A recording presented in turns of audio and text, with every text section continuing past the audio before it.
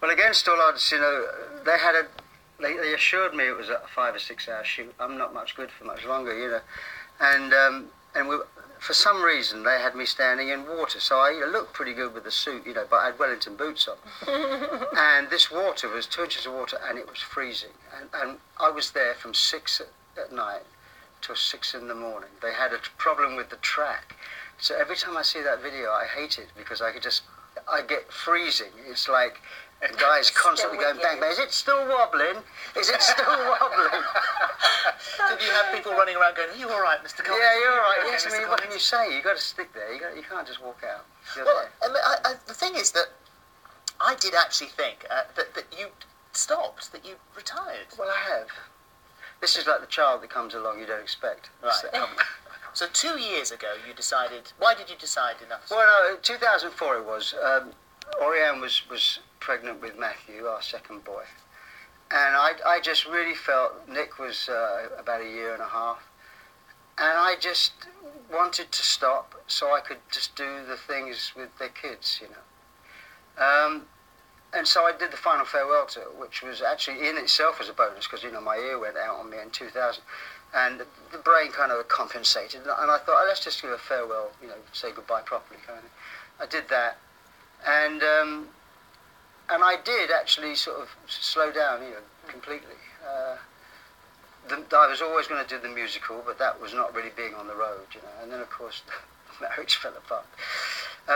But I still live in Switzerland, and the boys are great. I get on great with my ex-partners, and Oriane is a darling. The whole industry has taken its toll on personally, hasn't it? Because you were expected to be on the road, you were expected to tour, and you worked very hard.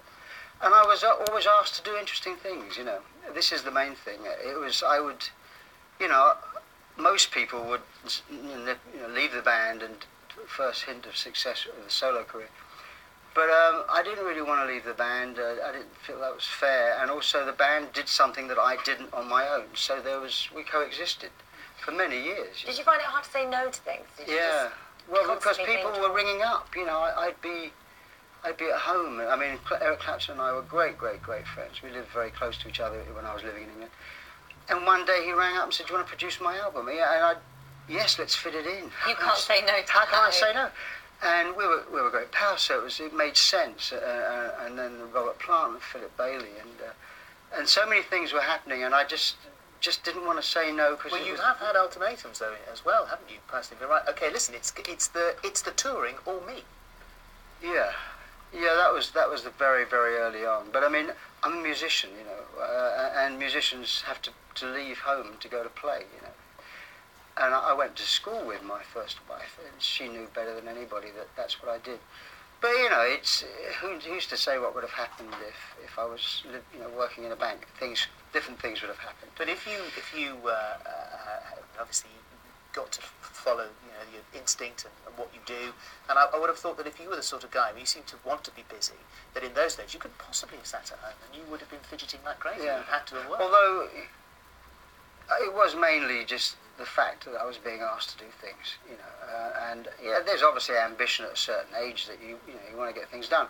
Genesis was like Spinal Tap, I mean, it's like, okay, let's go to America. Yeah, okay, right. 3 tours of America, 2 tours of Europe. Yeah, we've got to do it, And no one ever thought to say, excuse me, You, I was reading about you, and you say you find it difficult to watch yourself back in those years. You don't necessarily like what you see. I'm not very good at watching myself. I don't mind drumming for some reason, but as soon as I come out front, I'm too much for myself. I'm not comfortable with it. No. Well, you say also in those Genesis days that everyone had something, they were something, and so you decided you were going to be quite over the top. Well, I see myself as being over the top. I mean, I came in, and of course, Peter Gabriel had his costumes to hide behind, I didn't have them and didn't want them, so I kind of... It's just a little bit too enthusiastic, that's all. And I was putting it together for the archive, I couldn't just throw this stuff away, this is my life. So I was transferring some of it to DVD, and I just thought, oh my God, no wonder they hated me. No wonder, I would never go away. No, but there were some people. some people did. Not Ice-T, apparently. Ice-T. No, the rappers like me. They're the hip-hop guys, yeah. That's a bit bizarre, isn't it? Because it was one of those Cribs programs, wasn't it, where they went into Ice-T's house. Yeah, Cribs. He had your yeah, and stuff. this sort of a journalist sort of said, "What's all this?" And he said, "Don't mess with my Phil." And I could have fallen off the chair because I was actually watching this, and it was the beginning of many of those guys that sort of they're not aware of the faux pas, you know, sort of saying, "I like Phil Collins." What? They actually don't. It's just good music, bad music to them. They don't read the tabloids. They just live in another world that you either like the music or you don't. And I, with Sussudio and Easy Lover, with big crossover records in America particularly, with Philip Bailey and the Earth, Wind and Fire guys, I was an R&B artist as far as some people was concerned, and they don't see the difference. They don't see all that stuff about the stuff that you read about in the tabloids and have done. Well, does that bother you though? Because you took the album home last night, and Dan saw it on the hall table and went, "Oh, fantastic!" Yeah, my husband misses Dan. Well, thank him very much. Oh, very nice. I'll pass it on. So I mean, is that how you feel? How do you see yourself? How do you think? Well, I'm more, you know, obviously I've been talking about this. You know, why people say, why Motown? Why are you doing an album after 30 years of Genesis? Isn't that what you are? And actually, I'm lots of things, frankly. I mean, but I grew up with the Motown thing. I went to the Marquee to see bands play it. It was always very musical. I got to know the musicians. I got to know the sound, and I just always wanted to do an album of Motown covers, and I could have done it any time, really, up until the present. When I did You Can't Really Love, you know, that was the tip of the iceberg, but I just didn't find the time to. So although 2 years ago you said you were retiring, does this almost not count as work? Because this is more of a labour of love for you then? This is, you know, this is a labour of love, yeah. I spent about 9 months in my studio just working on my own, choosing the songs, demoing them, getting the right keys, working it all out. It was like a little puzzle, you know, what's the bass player doing? Because they're fantastic musicians. Yeah. And eventually it looked like it, you know, yes, it was ready to be made into a record. And we invited some people that I wanted to invite over to play. We had the original, you know, 3 of the original Funk Brothers come over and play, and made it just like it was in the 60s. Just try to make a record that felt like the 60s as opposed to remaking the record. Well, that was going to say, because a lot of times you have someone who will revisit something and say, yeah, because I've given it my own twist.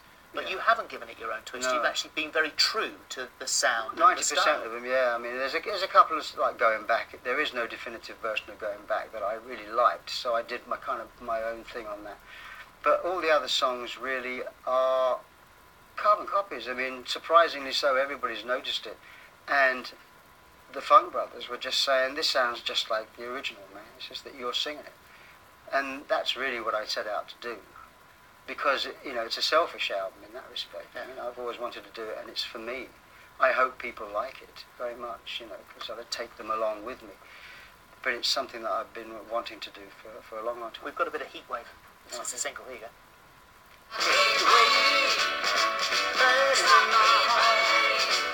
Can't keep on crying, it's tearing me apart. When MC calls my name, who's so close to me? We've got here you go. This is the front of the album. This is you playing here. Now, what is the issue now with your drumming? Because you can't actually drum now, can you? Oh, I thought we were going to talk about that. No, I can't. I can't. And it's not a bad thing, you know. It pushes you into another direction, a real job. Yeah, something happened I think it was on the Genesis tour, but nothing ever hurt, so it's very difficult to pin down an actual occasion when something happened. If it fell over, that's what did it, but nothing ever hurt. I had 4 vertebrae in my neck that was squeezing and crushing my spinal cord that I had no idea it was happening. You know, 50 years of playing like this probably didn't help. But I noticed it on the Genesis reunion tour. My fingers were going numb. And eventually went to doctors and surgeons and had operations. And as you know, as we sit here, I still can't feel these fingers. But the doctor said, be patient. You know, the nerve may rebuild, and in 6 months, maybe I'll be able to play again. You know, I played on the album by taping the sticks to my hand, which was real fun, My as you can goodness. imagine. You know, it's a whole like different feel as well. yeah, In a different yeah. way. But I had a great engineer, and we used technology. I won't beat about the bush. I couldn't play the whole song, so we used the technology to make it sound. You know, I mean, I played everything, Yeah. but it was pieced together. Your song "In the Air Tonight" has been brought to a whole new generation of people by a certain TV advert, which is genius. I love it. David Attenborough's. How did they approach you with that idea?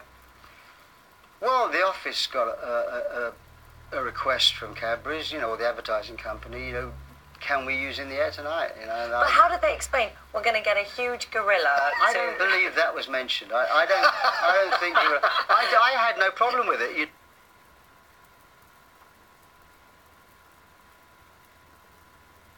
know, I mean, Cadbury's, you know, the old James Bond adverts, they kind of, you know, I don't mind if it's using my song, providing it's done in a reasonable way, you know, and they went off and did it quite happily, and I'd forgotten all about it. And then one day I was going through this emails and said, did anything ever happen to that? And it was on television all the time, you know. It was breaking records on YouTube, and I didn't even know it was out. So I finally saw it, and It was so good. it was great, you know. So people now come up to you in the street and go, do, do, Oh, do, yeah. do, do, do. Well, they've always done that. That's,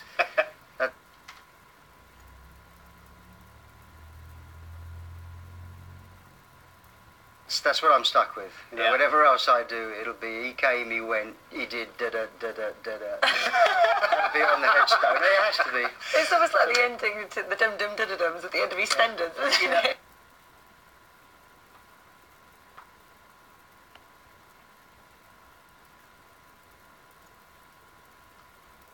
It's that same thing. Well, it's all right. Don't worry about it. People come up to me and say, "Where's Gordon?" So you know, it could be worse. Lily is doing incredibly well. I mean, Yeah. you have a daughter who's been in a movie with Sandra Bullock, who won an Oscar for that movie. In Yeah, Brightside. that definitely put her on the map.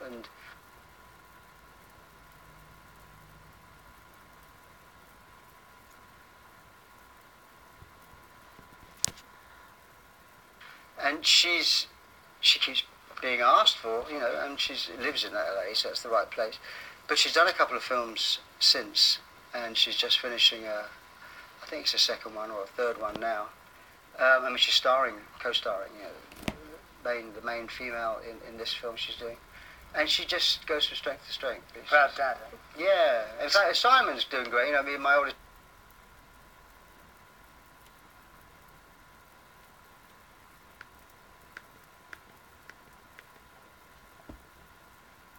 son, he's doing what I do, and he's writing some great music, playing great drums and singing. And Jolie had a baby last year, so I'm a grand.